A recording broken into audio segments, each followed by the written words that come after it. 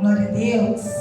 Boa noite, povo do Senhor, graça e paz a todos vocês que estão aí na sua casa, no seu trabalho, ou aonde quer que você esteja agora, nesse momento. Que a graça do Senhor, que a paz do Espírito Santo de Deus seja contigo em nome de Jesus, amém? Nós estamos aqui em mais um trabalho Tempo para Deus, esse trabalho abençoado que tanto nos edifica, né? E como eu costumo dizer, edifica você que está aí do outro lado, assistindo pela live, assim como nós que estamos aqui na igreja também, e eu posso te garantir que eu também sou muito edificada, amém? Cada quinta-feira, cada trabalho, cada testemunho, cada aprendizado, né, com os trabalhos temáticos que fazemos, é um momento de aprendizado, é um momento onde o Senhor, Ele nos traz uma comunhão com os convidados aqui presentes e tem sido maravilhoso, amém? Nós estamos aqui mais uma vez para que nós possamos fazer esse trabalho e levar até você que está em casa tanto conhecimento da fé quanto o conhecimento humano na nossa prática do dia a dia. Então eu quero dizer a você boa noite, seja muito bem-vindo conosco nessa live Tempo para Deus, amém? E hoje nós vamos falar um pouquinho a respeito do tema TEA, né? Para quem não sabe, é o transtorno espectro autista. Nós iremos conversar um pouquinho, saber um pouquinho a respeito, né, dessa condição que hoje em dia nós temos visto crescer tanto, né? Tanto nas escolas como nas igrejas, na comunidade. E muitas vezes a demanda é maior do que o conhecimento.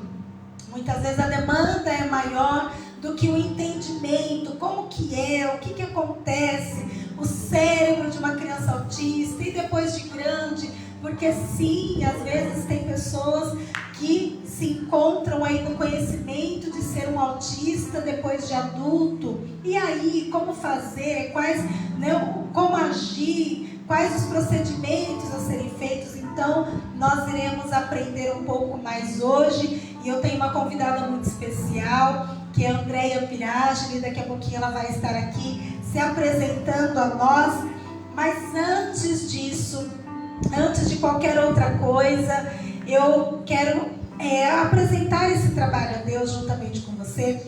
Nós vamos orar ao Senhor e eu quero deixar uma palavra para meditação da tua vida, para meditação do teu coração nesta noite, em nome de Jesus, amém? Nós não podemos fazer nada nas nossas vidas que não seja direcionado ao Senhor, que não seja entregue a Ele, porque tudo que temos, tudo que somos e tudo aquilo que ainda não temos e ainda que não somos, provém do Senhor.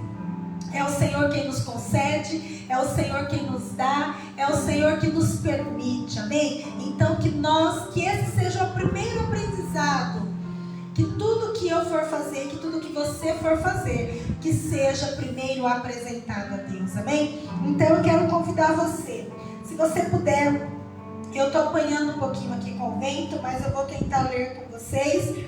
Se você tiver a tua Bíblia perto, segure. Se você não tiver, que você possa prestar atenção, né, nessas palavras e guardar no teu coração, porque eu tenho certeza.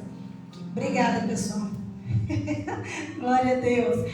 Porque eu tenho certeza que vai ser de sabedoria para a tua vida. Amém? Para o teu dia a dia. Eu acredito que vai acrescentar bênçãos sem medida sobre a tua vida em nome de Jesus.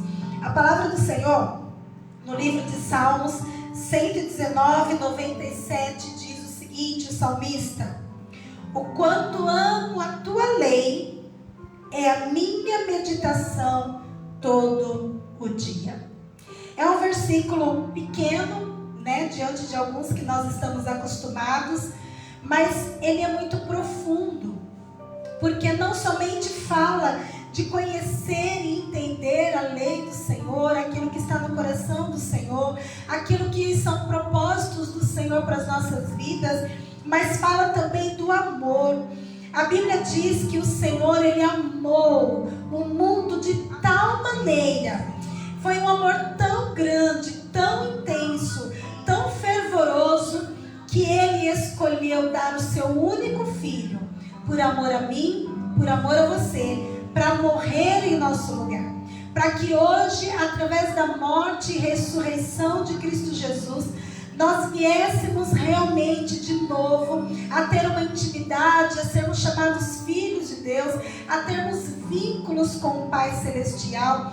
E então, se o Senhor, Ele nos amou tanto, tanto, a ponto de dar o seu próprio filho, a gente não pode e não deve economizar amor para com o conhecimento da palavra do Senhor. E é lindo o que o salmista diz, porque ele diz: o quanto amo a tua lei, é a minha meditação todo o dia. O quanto nós meditamos na lei do Senhor, o quanto nós buscamos conhecer a Deus, o quanto nós buscamos conhecer as suas promessas e saber quem Ele é e o que Ele espera de nós, e o quanto nós podemos entender o tamanho da tua bondade e do seu amor por nós, é o quanto nós vamos adquirir de conhecimento. Então, se você ama muito a Deus, procure muito conhecê-lo. E nós só conhecemos ao Senhor na medida com que nós lemos a sua palavra. Porque a Bíblia aberta, ela é a própria boca de Deus para as nossas vidas. É a palavra revelada ao nosso coração. E aí, conhecendo a palavra do Senhor, o Senhor, Ele vai endireitar os nossos caminhos. Amém? Então, não economize esse amor, não economize a sua busca a Deus, não economize a sua entrega aos propósitos do Senhor, porque o salmista diz: o quanto amo a tua lei, é a minha meditação todo o dia. Então, vamos conhecer a palavra do Senhor e trazer para o nosso coração, trazer para o nosso dia a dia a sabedoria e o conhecimento que somente a palavra do Senhor nos traz, para que tudo nos vá bem, em nome de Jesus. Amém? Se você puder, inclina a tua cabeça, fecha os teus olhos, vamos apresentar esse trabalho ao Senhor. Amém? Papai querido, nós te louvamos, nós te bendizemos, engrandecemos o teu santo nome, ó Deus. E como é bom estarmos na tua presença mais uma vez. Como é bom, Senhor Deus, vencermos as barreiras do dia a dia. Como é bom, Senhor Deus, nós vencermos o cansaço, vencermos, meu Pai, os contratempos que nos aparecem para estarmos na tua presença. Como é bom, Senhor, diante de ti, nós aprendermos, nós temos conhecimento de quem o Senhor é. Nós temos o conhecimento, meu Pai, de como o Senhor nos fez, de como o Senhor nos projetou. E, Senhor Deus, da melhor maneira com que o Senhor nos fez, da melhor maneira com que o Senhor sonhou conosco, realizar os teus propósitos aqui nesta terra. Pai querido, nós somos privilegiados. E muito obrigada, Senhor, porque o teu amor não foi economizado para conosco. E que nós possamos dia a dia aprender a te amar mais, a buscar mais a tua presença, a saber mais de ti para as nossas vidas e saber, ó Deus, como agradar o teu coração. Oferecemos esse trabalho ao Senhor. Esteja aqui conosco, fale comigo, fale com quem está em casa. E depois, meu Pai querido, quando forem ver esta live, ouvir esta live, que a tua palavra, ela continue sendo liberada com transformação, graça, poder, honra e glória, em nome de Jesus. Nós te agradecemos, Pai, e louvamos o teu santo nome para a glória do Senhor. Amém. Vamos adorar o Senhor. Aleluia, Jesus. Te amo, Deus. Tua graça nunca falha. Todos os dias eu estou em suas mãos. Desde quando me levanto até eu me deitar, eu cantarei da bondade de Deus.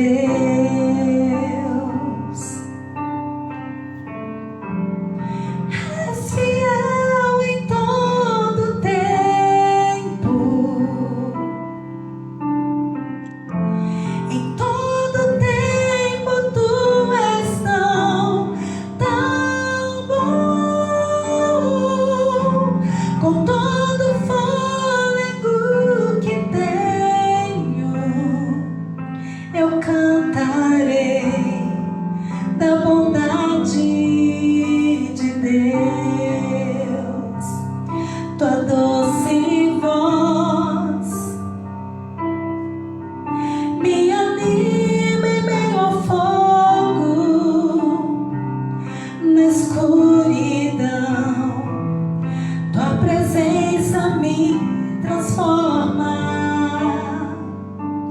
Eu sei que és meu Pai e que amigo és, e eu vivo na bondade de Deus. Tu és fiel, Senhor. És fiel em todo tempo.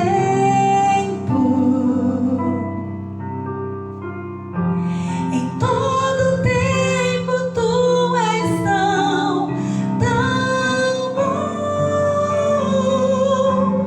Com todo o fôlego que tenho, eu cantarei da bondade de Deus.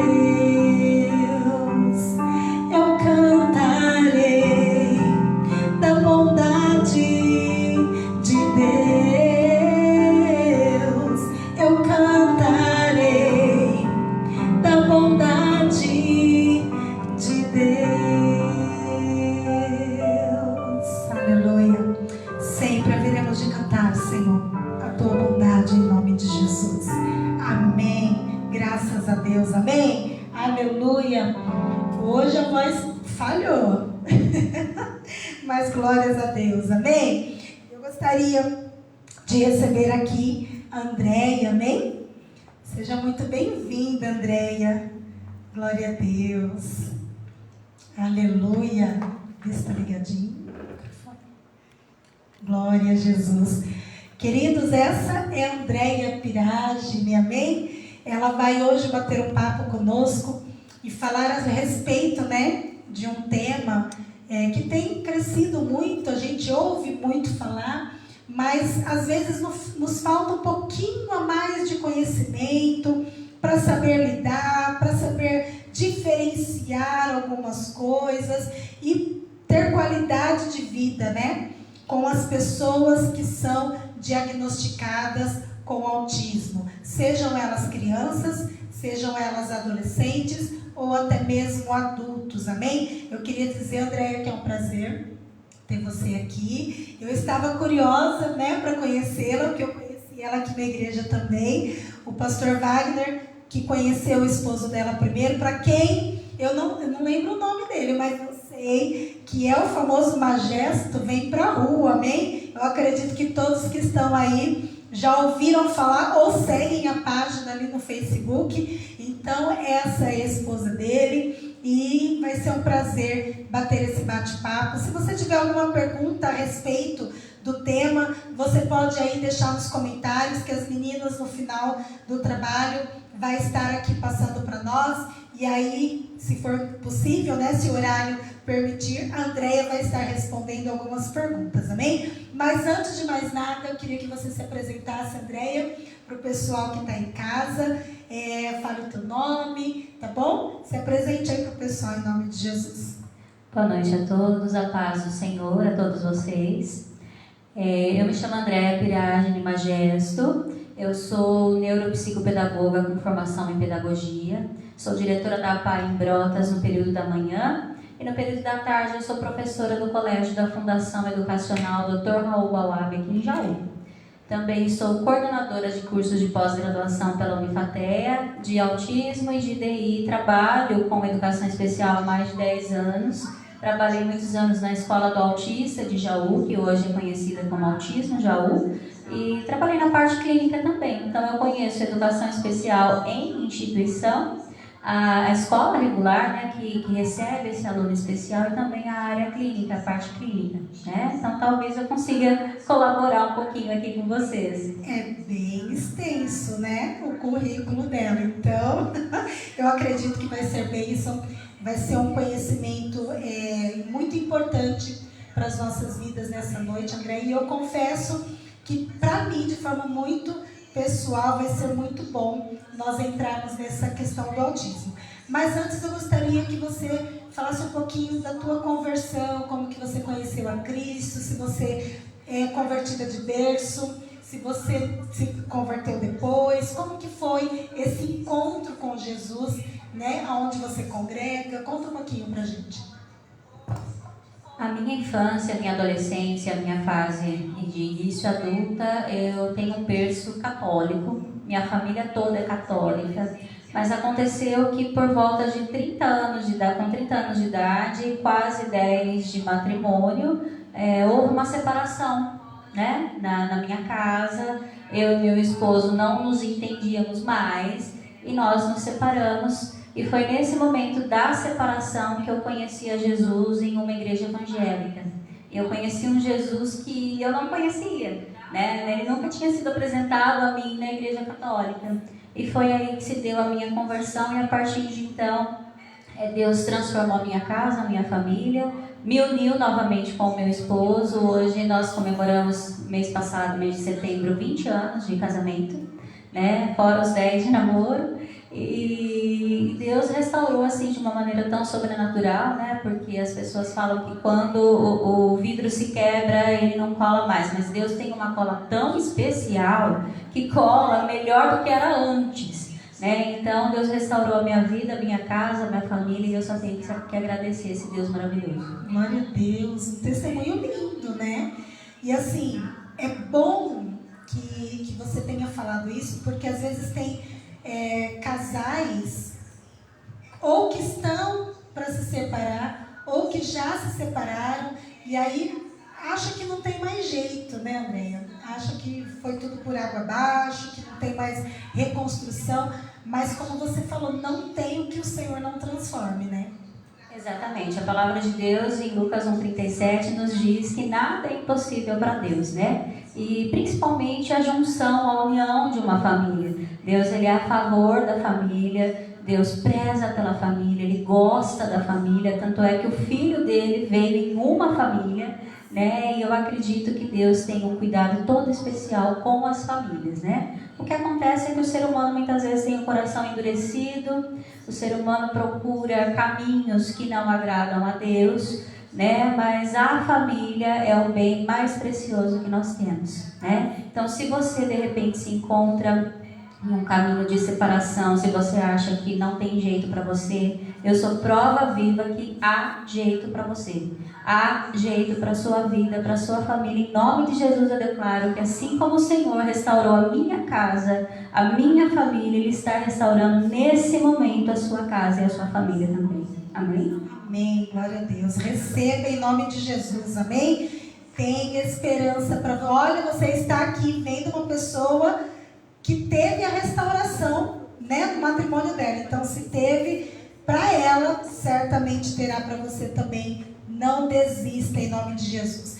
E aí vocês restauraram o matrimônio, e aí hoje você congrega com, você falou o nome da igreja, eu acabei esquecendo. Comunidade Evangélica Árvore da Vida, do pastor Luiz Gustavo de Freitas.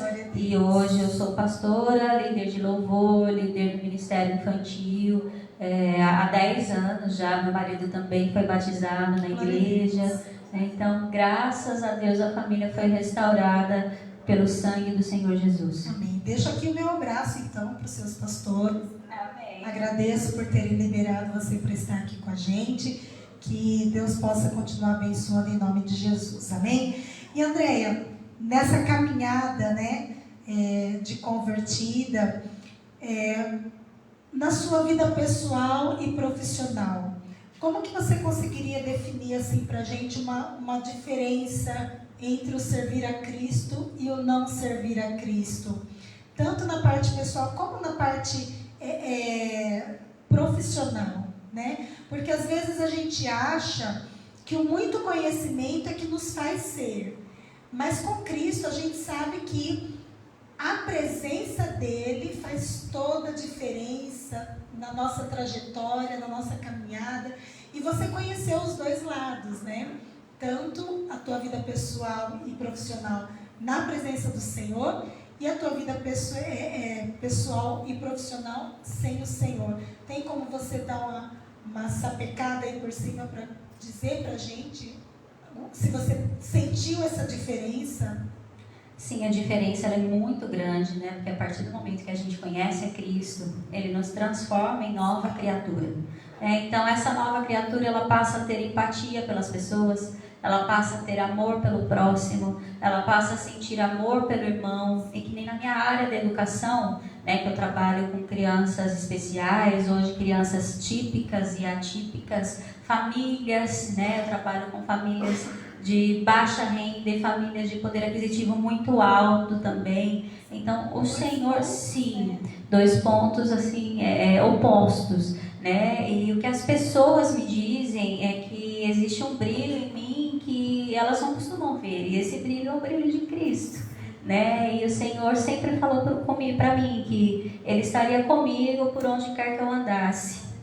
E realmente Ele tem estado comigo, tem colocado palavras na minha boca, tem aberto assim o meu conhecimento, o meu entendimento. Então é muito diferente. A gente realmente se preocupa com o próximo, se preocupa com o irmão, se preocupa com aquela criança, com aquela alma, né? Com aquela família. Então a gente quer resgatar, quer trazer para Cristo, porque servir a Cristo não tem preço. Andar com Cristo não tem preço. Muitas vezes as pessoas acham que conhecem a Cristo, como eu também achava um dia, mas não tiveram aquele encontro pessoal ainda, né? Que mudou, que transformou a vida. Então esse é o ponto, trazer essas pessoas para a transformação de vida, né? Para o arrependimento, para a transformação de vidas, que realmente é isso que o reino de Deus espera de nós, né? E você tocou num assunto que eu acho assim de extrema importância. Na questão da educação, o trabalhar com crianças, né? Você falou que trabalha em 2 pontos bem extremos. Pessoas com muita dificuldade financeira, pessoas muito simples nas suas vidas e pessoas de poderes aquisitivos muito grandes. Mas se a gente for colocar os 2 tipos de família dentro de uma situação só, a gente pode perceber que muitas vezes as mesmas aflições que atingem uma família muito simples, também atingem uma família de poder aquisitivo muito grande. Então, a gente saber lidar com as crianças dentro da escola, de uma sala de aula, com o conhecimento que a palavra nos traz, faz toda uma diferença para a vida dessa criança, né?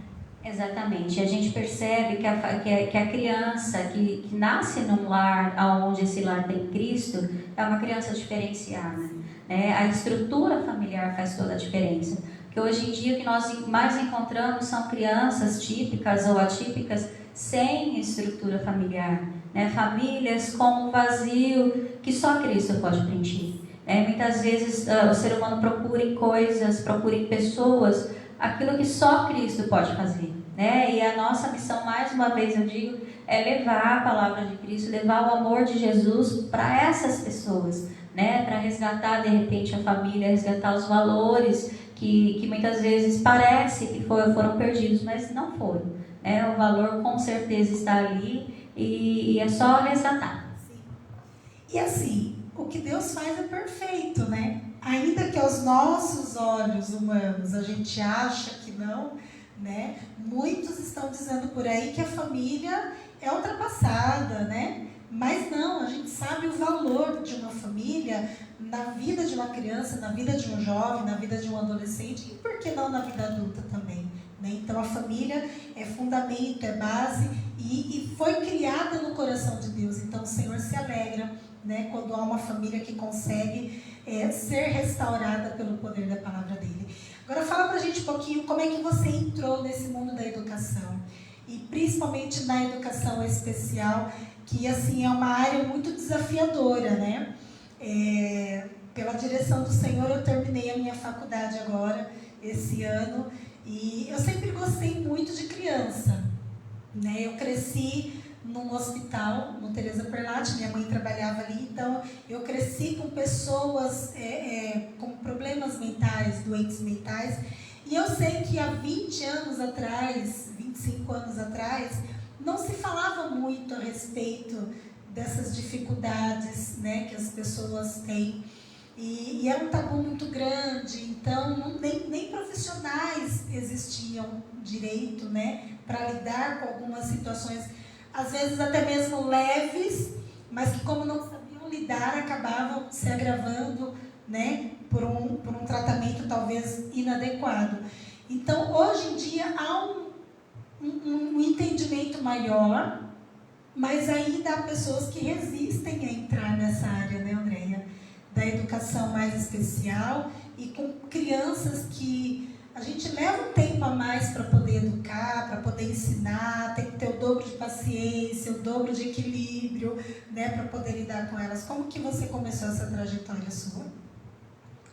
Eu sou formada há muitos anos no magistério, fiz Cefam, eu me formei em 98, né, e desde então estou na área da educação.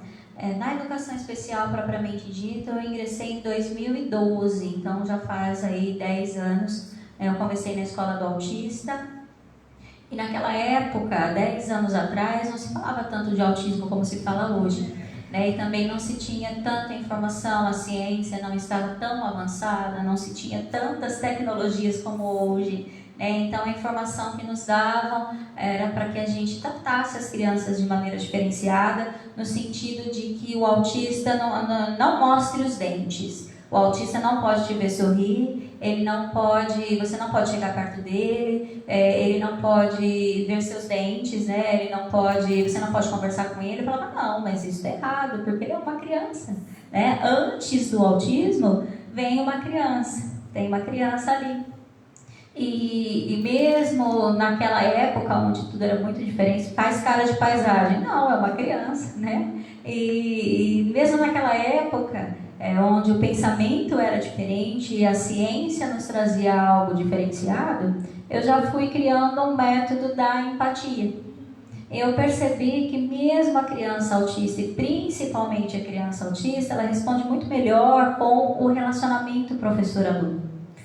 Isso é para criança típica ou atípica. A criança, ela responde melhor à aprendizagem quando há um vínculo com o professor. E eu comecei a criar esse vínculo, a manter esse vínculo.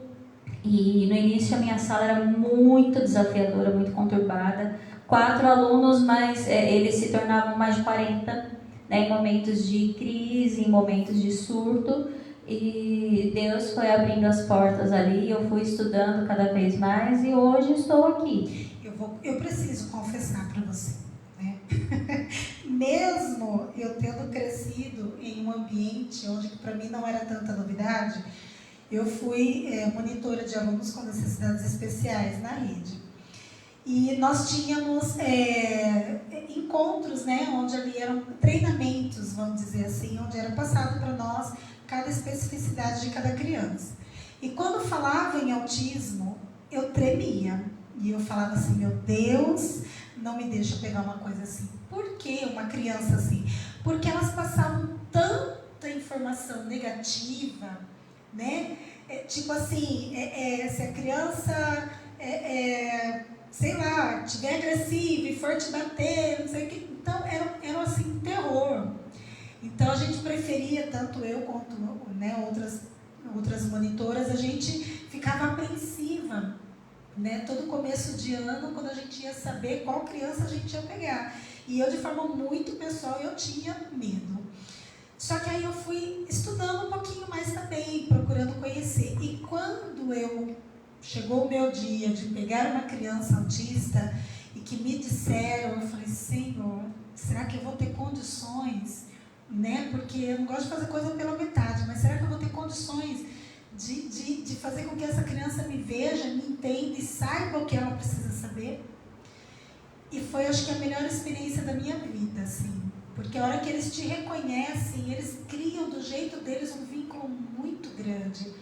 Mas eu queria que, para quem está em casa, Andréia, o que é autismo? O que é uma criança autista? Como que no cérebro, né? O que acontece no cérebro de uma criança autista que não acontece nas outras especificidades de outras crianças? Por exemplo, síndrome de Down. A gente olha uma criança síndrome de Down, pelas características dela, você já sabe, né? Só que uma criança autista não.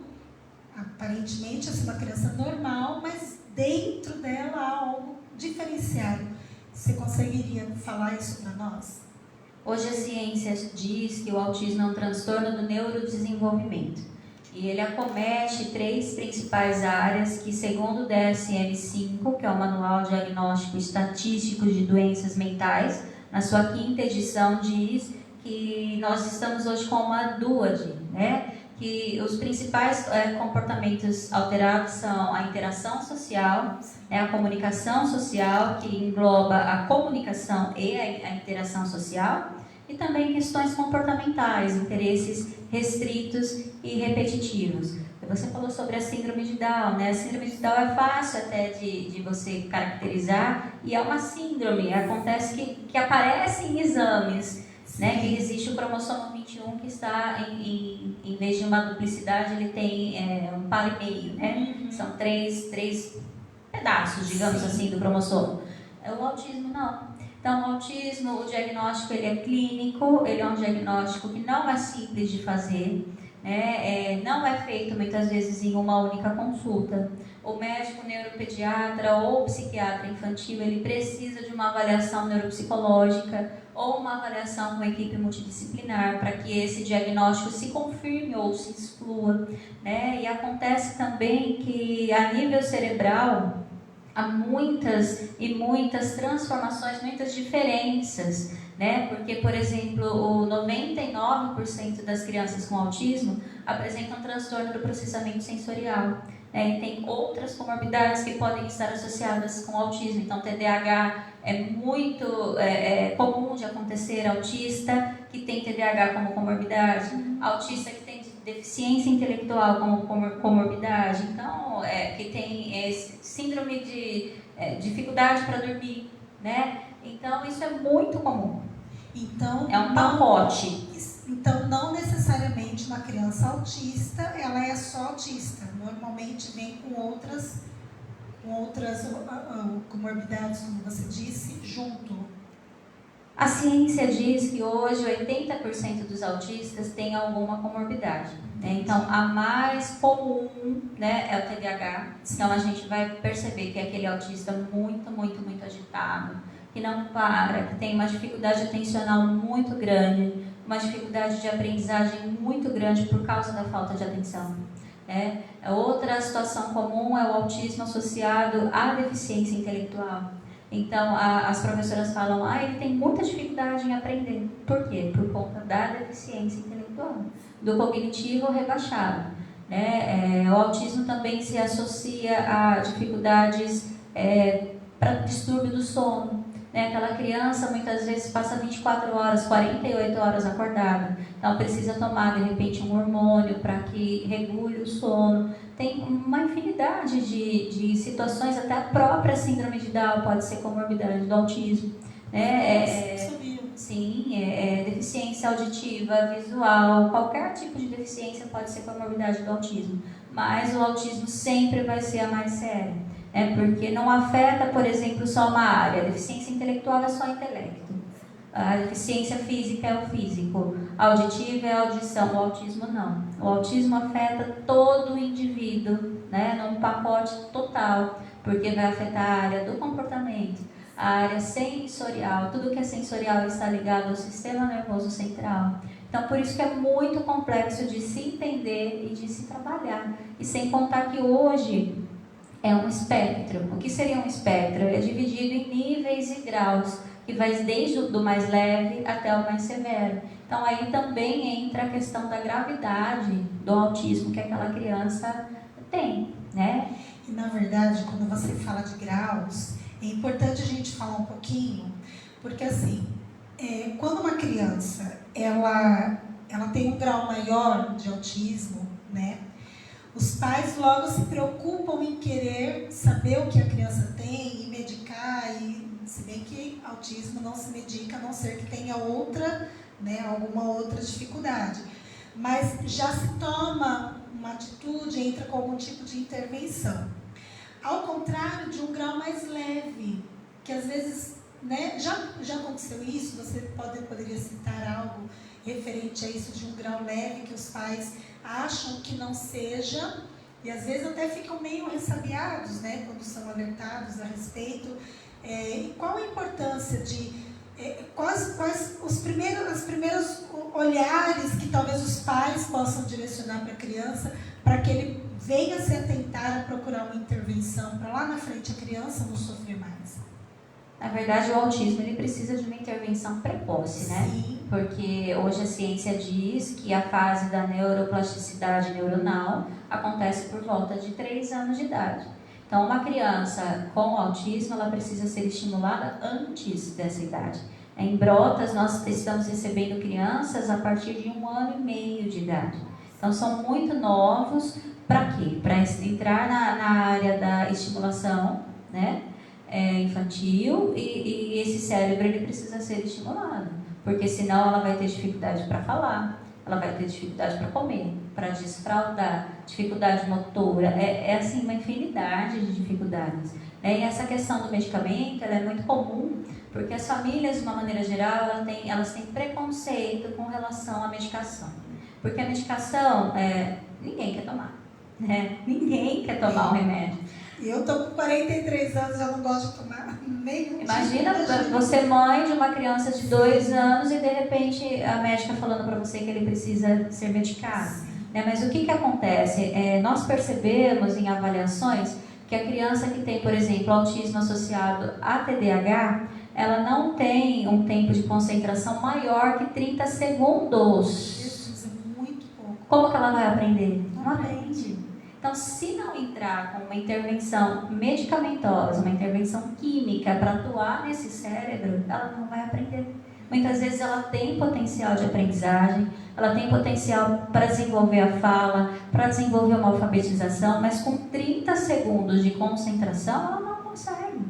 Então, aí que entra o médico, aí que entra a medicação, porque ela necessita daquilo para conseguir se acalmar, se concentrar para poder aprender. E daí, o que é melhor para o seu filho? Não tomar remédio ou tomar remédio e de repente aprender?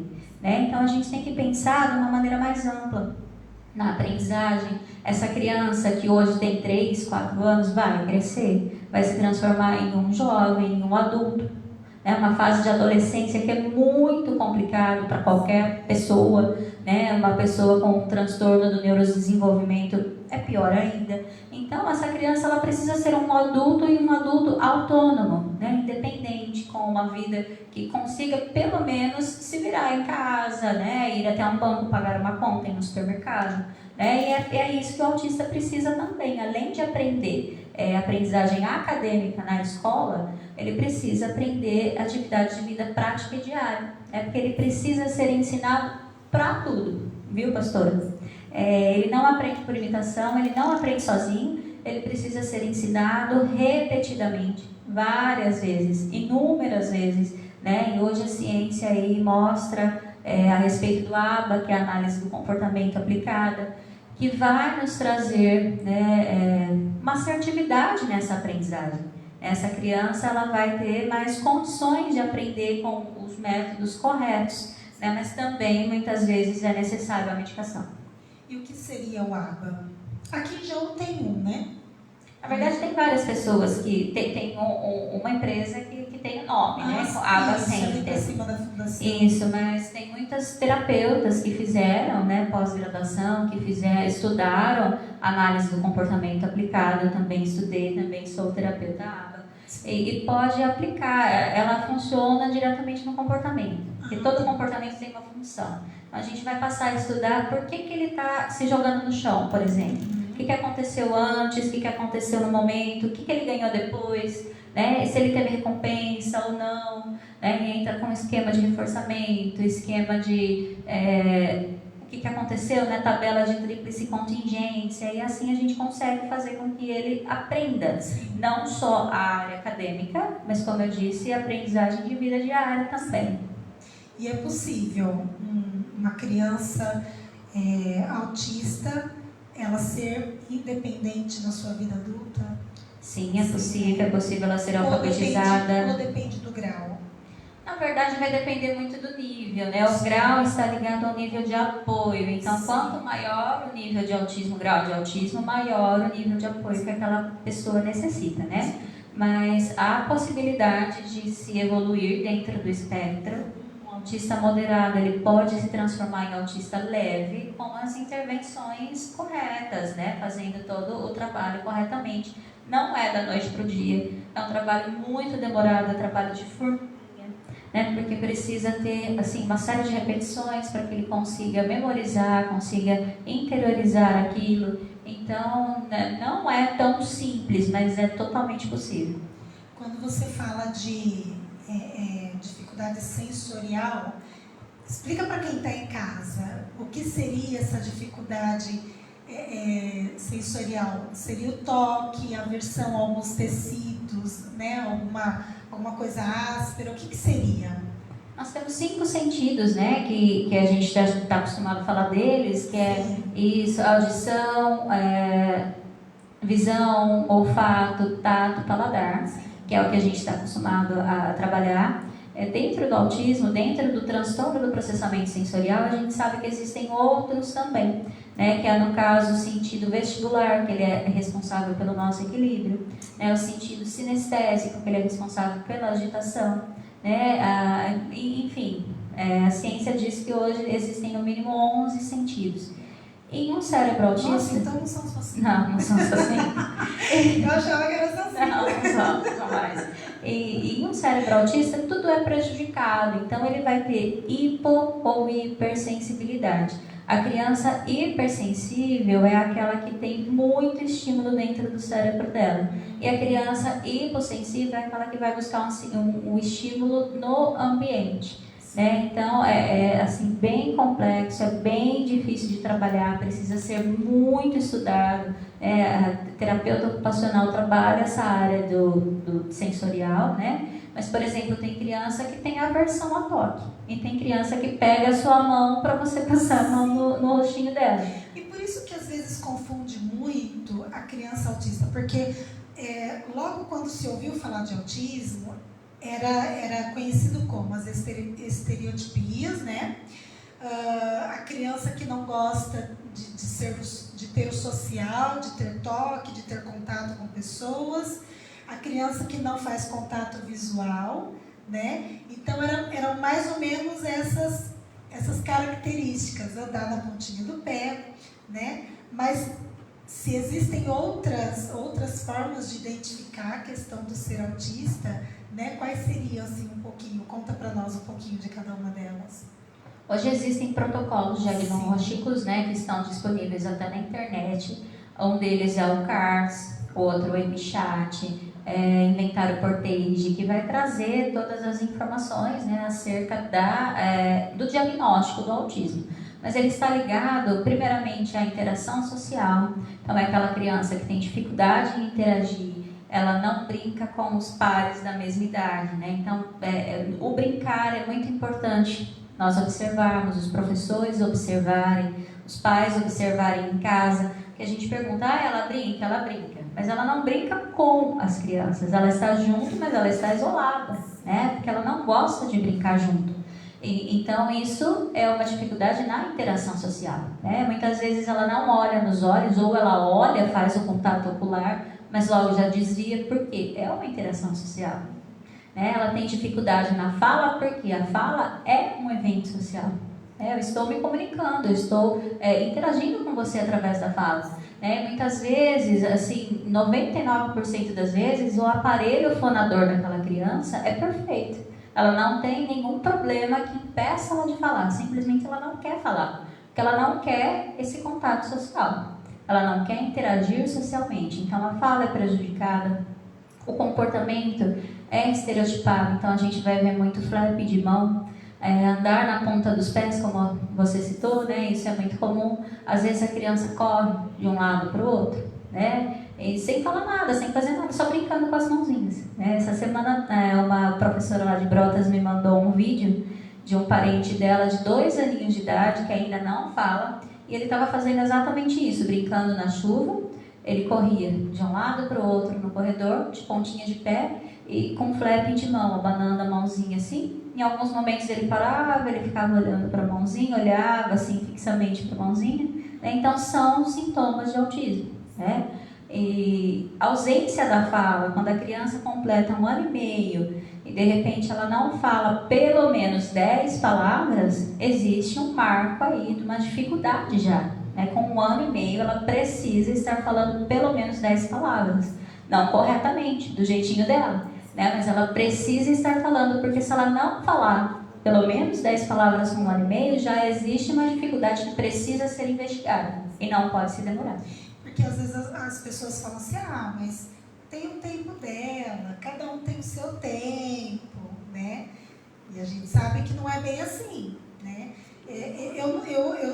Eu sou aquele tipo de mãe que desde quando os meus filhos eram pequenininhos, eu meio que comparava eles com outras crianças e eu era muito observadora.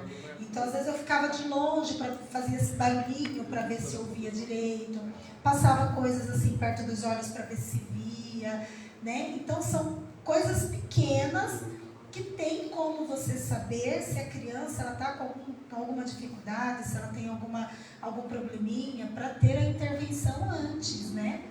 E no caso da criança autista, como eu estava falando, tem crianças que têm essa aversão ao toque, mas tem crianças que não.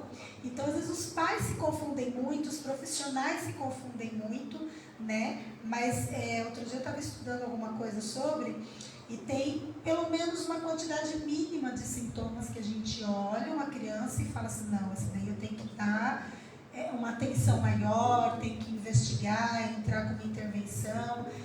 Pelo menos uns 5, 6 você conseguiria passar para nós?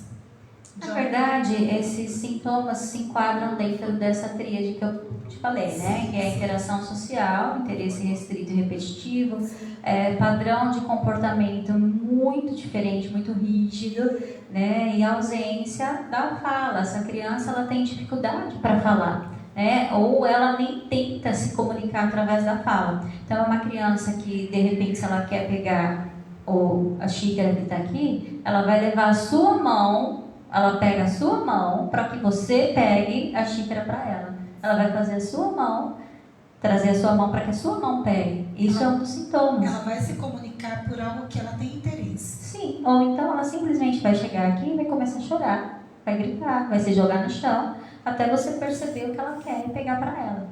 Entendeu? Então, uma criança, essa história de que cada criança tem seu tempo é mentira, né? Piaget já dizia que existem os marcos do desenvolvimento infantil. Então, desde bebê, aquela criança que tem dificuldade no contato ocular com a mãe, aquela criança que você chama ela pelo nome, ela não atende, muitas vezes ele parece surdo. Então, tanto é que um dos primeiros exames que o médico pede é o BERA, né, para investigar a questão auditiva daquela criança, para descartar ou não a hipótese de uma surdez, porque ela é chamada pelo nome, até pela mãe, pelas pessoas próximas a ela não responde, ela não tem essa resposta, e isso também é um sintoma de autismo, né? Então a criança vai crescendo, de repente, naquela fase em que a gente sorri para ela, ela sorri de volta, não tem essa reciprocidade por conta da dificuldade na interação social. Então, desde bebê é possível perceber alguns sinais sutis ainda, mas é possível perceber. De repente, aquela criança que começou a dar os primeiros passinhos, começa só a virar em círculo.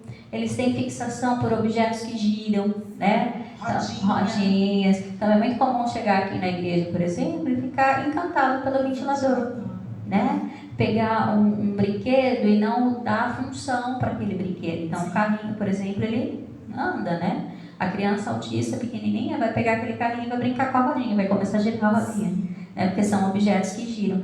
E por que objetos que giram fascina tanto? Porque é um movimento contínuo, cadenciado, né? Que não para. São as repetições. Então, ele pode gostar, por exemplo, de ficar vendo a máquina de lavar girar. Né? Isso é muito comum também. A gente ouve relatos de mães que ele chora muito, ele é muito agitado. Sabe quando ele para? Quando eu coloco ele de frente para a máquina de lavar e deixo ele ver ela girando, né? Por conta do movimento. E as crises, Andréia? Porque a criança autista, ela não vai saber verbalizar, ela não vai saber expressar o que ela está sentindo, né? Então, é como o exemplo que você deu. Ela pode expressar pegando a minha mão, para eu saber o que ela quer, Mas se ela não souber identificar o que ela quer, ela vai realmente entrar em algum momento de crise. Eles têm muita dificuldade com mudanças de ambiente, mudanças de rotina.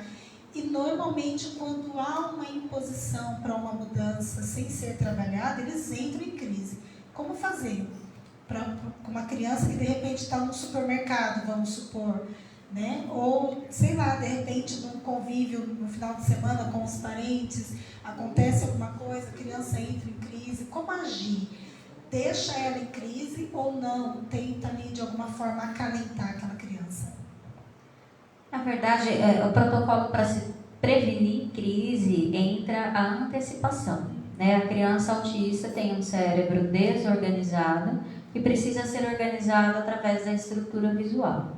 Então, por exemplo, ele está acostumado a ir todo domingo na casa da vovó e todo domingo nós vamos pelo mesmo caminho. É legal ir sempre pelo mesmo caminho? Não. Por quê? O dia que você precisa mudar o caminho, aconteceu alguma coisa, sei lá, a Águas de Jaú quebrou a rua lá e está interditado, você não pode ir por lá. Ele vai entrar em crise, né? Então, o que eu sugiro? Antes de sair de casa, olha, nós vamos na vovó, mas hoje nós vamos por um caminho diferente. Mostra para ele visualmente, abre ali o Google Maps, né, um aplicativo, de alguma forma que ele entenda visualmente o que vai acontecer. Porque trabalhar a antecipação é prevenção de crise. Mas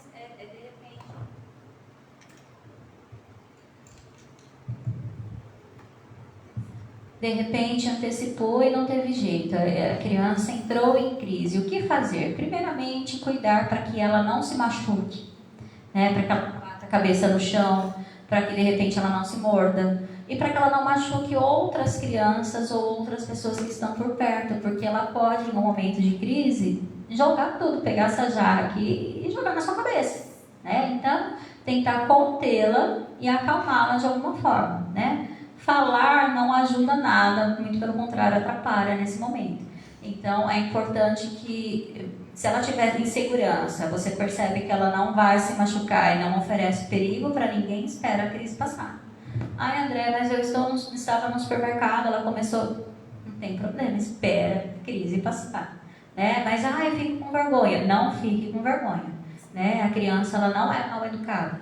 Ela tem autismo. Né? Ela tem um transtorno do neurodesenvolvimento. Então, é mesmo que outras pessoas olhem feio, proteja para que ela não se machuque e não machuque ninguém à sua volta. Do resto, espera passar.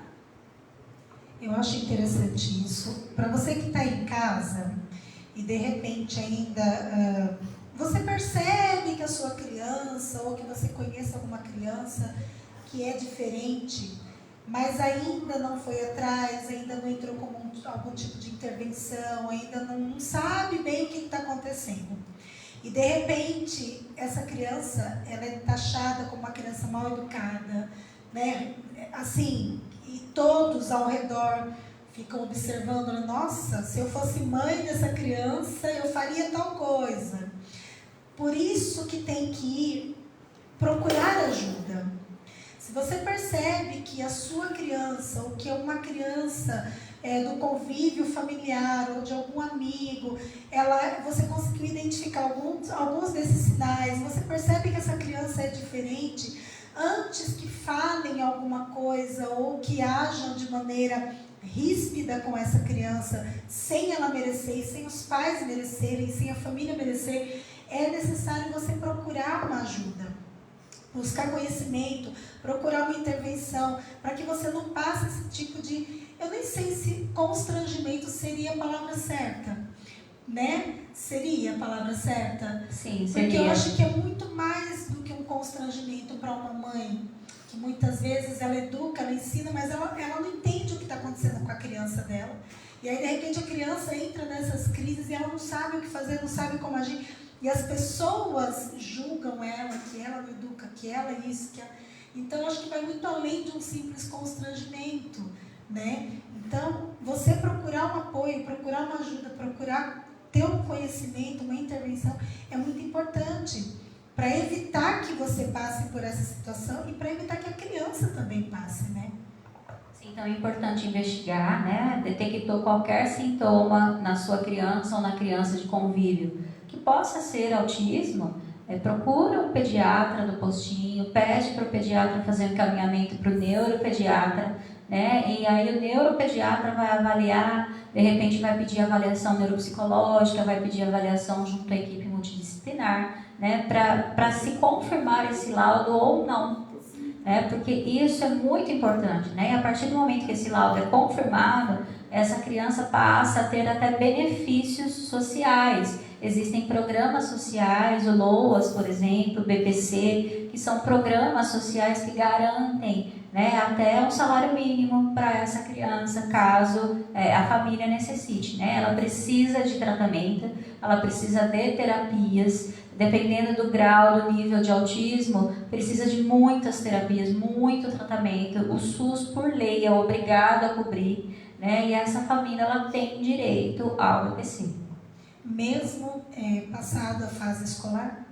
Sim. Tem. Em qualquer momento da vida. Em qualquer momento da vida. Com o laudo, essa família pode entrar com um pedido, de repente, de benefício, né, de uma aposentadoria até para essa pessoa, né, que já é adulta hoje. Porque tem pessoas que descobrem depois de adulto, né? Às vezes passa uma vida inteira não se encaixando, né, em algumas situações da vida. Eu não consigo me socializar, ou eu não consigo...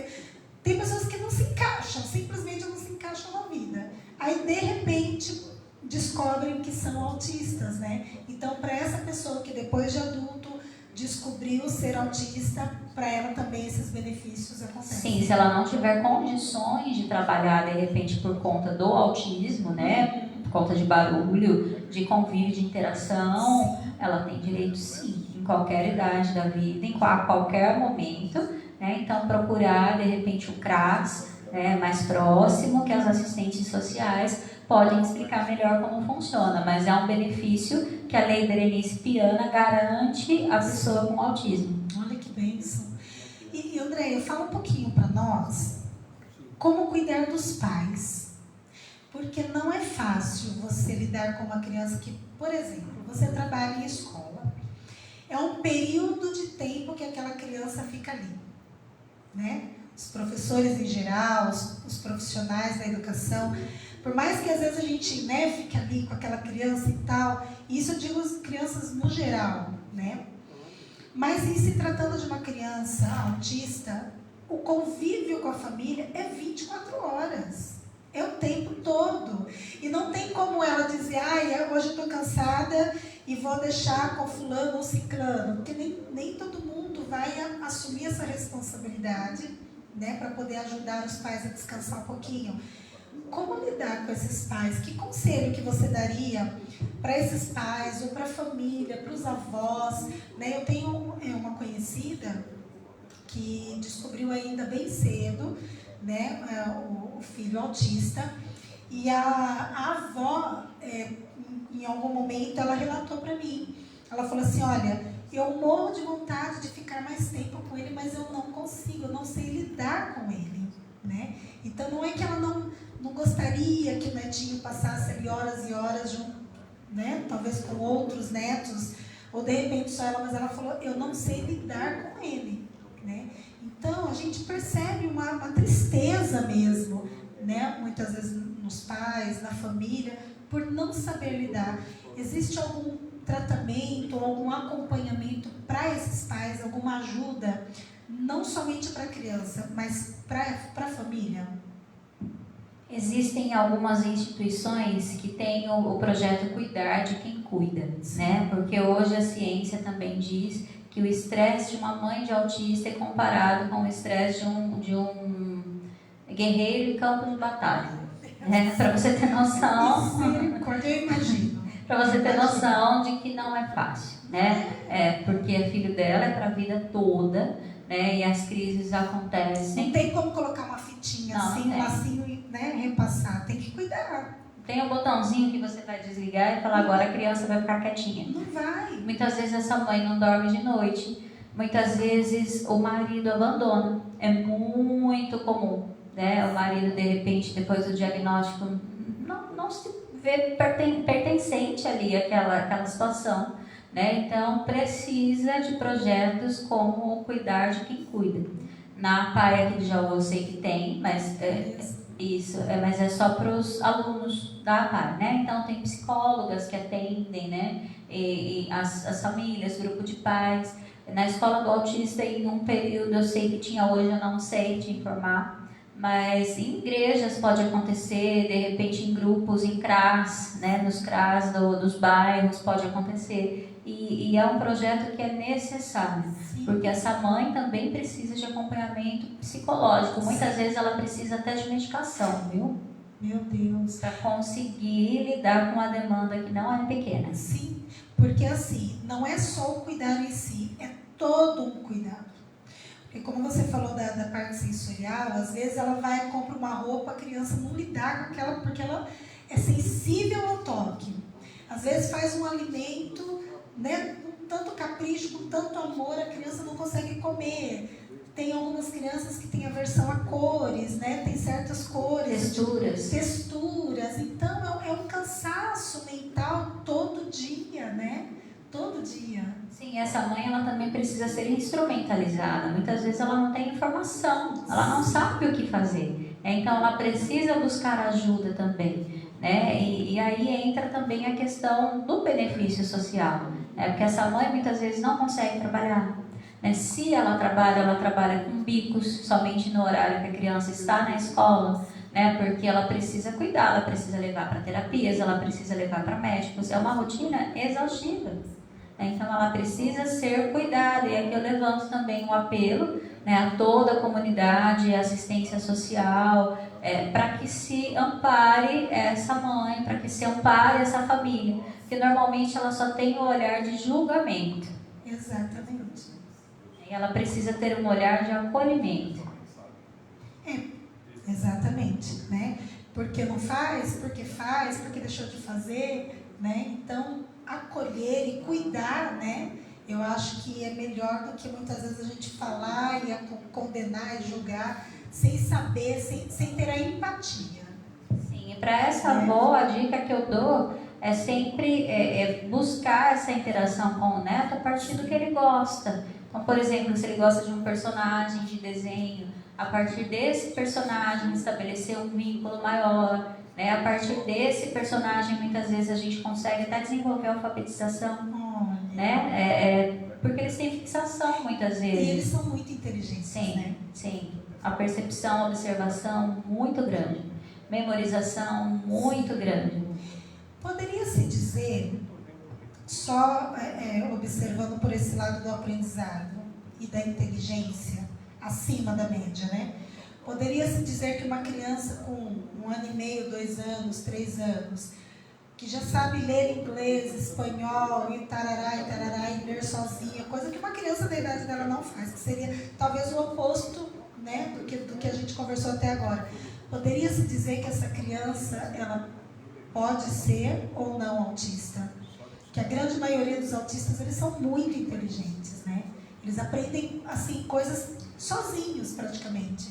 Eles aprendem sozinhos o que eles querem, né? Na verdade, a questão das línguas, ela é muito comum, e o que acontece? É meio ecolalia. O autista, ele tem muita ecolalia, né? Então, por exemplo, ele repete uma frase que ele ouviu, né? E com as línguas acontece isso. Então, é muito comum que uma criança com autismo tenha fixação por inglês, por exemplo, porque é uma língua mais cantada. Lá em Brotas, eu tenho um de 8 anos, que ele sabe inglês, espanhol.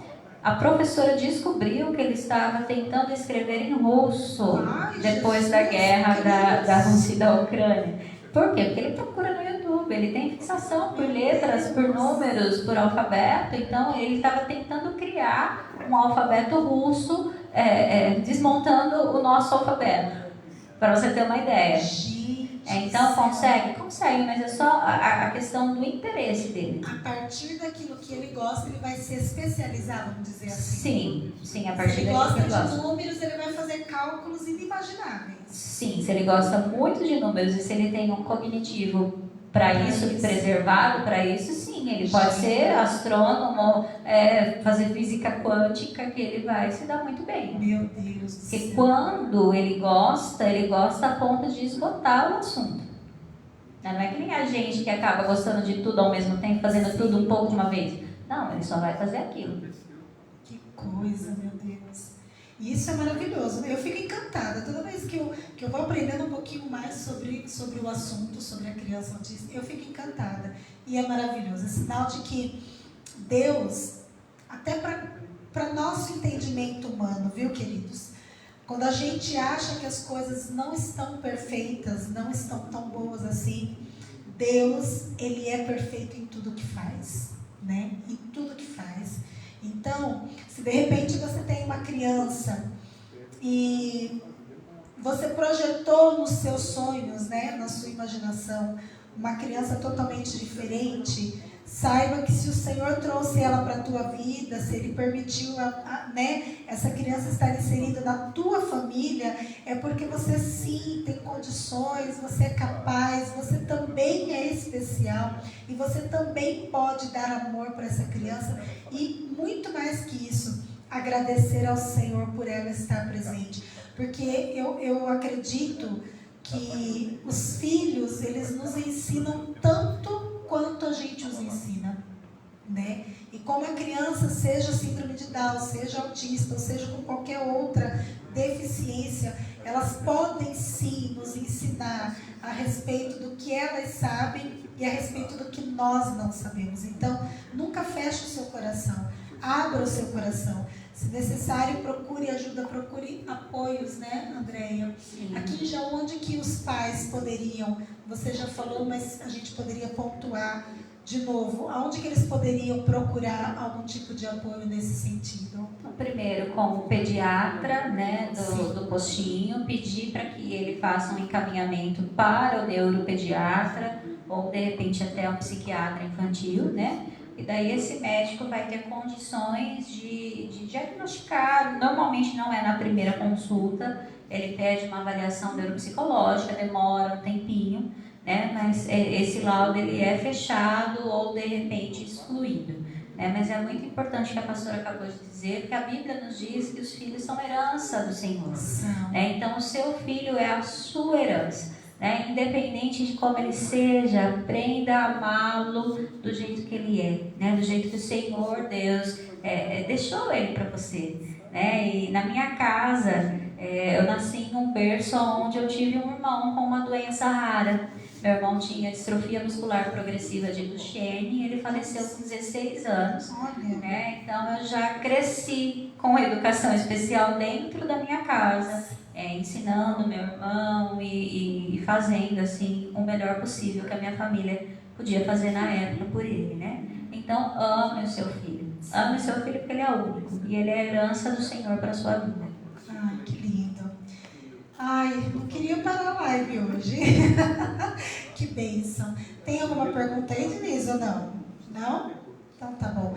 Queridos, eu espero no Senhor que a gente tenha podido ajudar você no seu dia a dia, na sua comunidade, na sua casa, no seu trabalho talvez, na sua igreja, amém? Que você possa aproveitar o que nós conversamos aqui, porque eu aprendi muito hoje, e que você possa tentar aplicar isso no seu dia a dia, um pouco mais de empatia pelo próximo. Se você de repente vai estar em algum lugar público e de repente você vê uma criança ali dando um certo tipo de trabalho para a mãe ou para o acompanhante, antes de você apontar o dedo, julgar ou condenar ou olhar com olhares estranhos, chegue perto, se aproxima, ofereça ajuda, ofereça um apoio, sabe? Isso é muito importante, né? É fundamental para uma mãe que está ali às vezes sem saber o que fazer, somente com os olhares externos sobre ela. Então, se achegue, tenha empatia, né? E se você de repente tem uma criança autista dentro da sua casa, que essas informações passadas aqui, que possam no nome de Jesus te abençoar e te auxiliar, ao ampliar a sua visão para aquilo que só você sabe, né? Como lidar no dia a dia. E que o Senhor Ele te dê sabedoria, que o Senhor Ele te dê graça, que Ele te dê entendimento, que Ele encha o teu coração de muito amor e muita gratidão por essa herança que você tem aí na sua casa. Amém? Amém? Andréia, a gente costuma fazer aqui uma brincadeira rapidinho, tá? E assim, eu vou fazer uma pergunta para você e você devolve ela para mim com uma resposta, tá? Com uma palavra só, tá bom? Vamos lá? Tá preparada? Família. Amor. Comida preferida. Churrasco. Acho que é, né, no geral. Uma comida que você não comeria, mas nem por nada. Dobradinha. Verdade? Ai, eu amo. Ainda hoje eu estava no açougue e aí uma moça pediu lá a dobradinha e aí ela falou, nossa, tá caro, né? Uma coisa que antes era tão baratinha, né? Então tá valendo ouro a dobradinha, viu? Profissão. Professora. Um versículo da sua vida.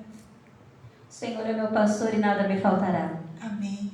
Que mensagem que você deixaria para as mães, para a família, para pastores, né? Como eu comentei com você antes da live, a gente tem recebido muitas crianças aqui, né? Algumas já estão encaminhadas, né? Já diagnosticadas, medicadas, outras os pais ali estão ainda nesse entorno de, né? Sem saber o que fazer.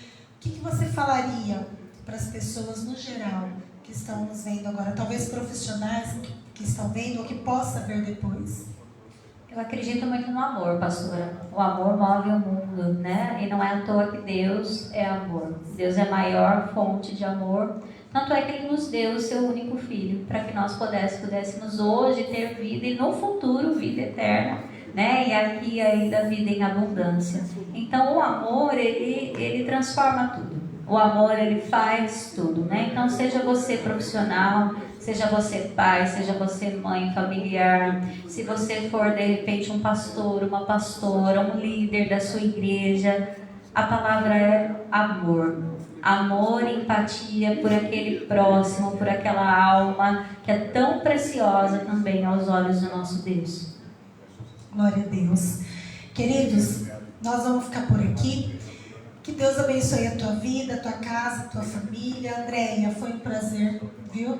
Te conhecer. Espero que a gente tenha muito mais oportunidades juntas, né? Que o Senhor prepare aí para nós momentos de adoração. Amém. Amém, adoração. Amém. Momentos de adoração, de palavra, de louvor ao Senhor. Vou orar a Deus para Ele preparar mais um momento para nós. Amém. Mande um abraço para os seus pastores, para a sua igreja.